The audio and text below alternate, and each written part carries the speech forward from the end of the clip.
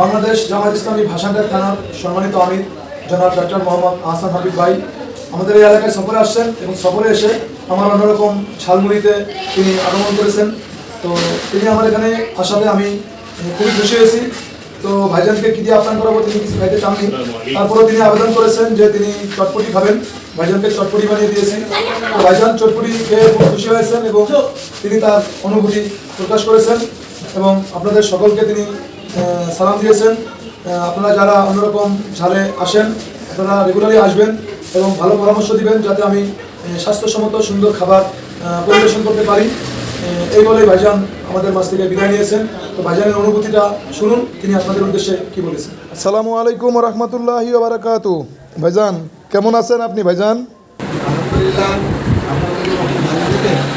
এত সুন্দর চটপটি, এই জন্যই তো মানুষ এত তাড়াতাড়ি আসে আপনাদের এখানে এত ভিড়, এই জন্যই এত সুন্দর চটপটি ঝালমুড়ি, এগুলো অসাধারণ। আমার খুবই ভালো লেগেছে।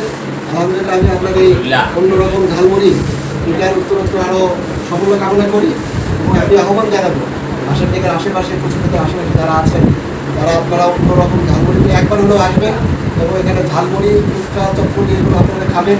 ইনশাআল্লাহ আপনাদেরও ভালো লাগবে। সকলকে আন্তরিক ধন্যবাদ জানাচ্ছি। আসসালামু আলাইকুম ওয়া রাহমাতুল্লাহ।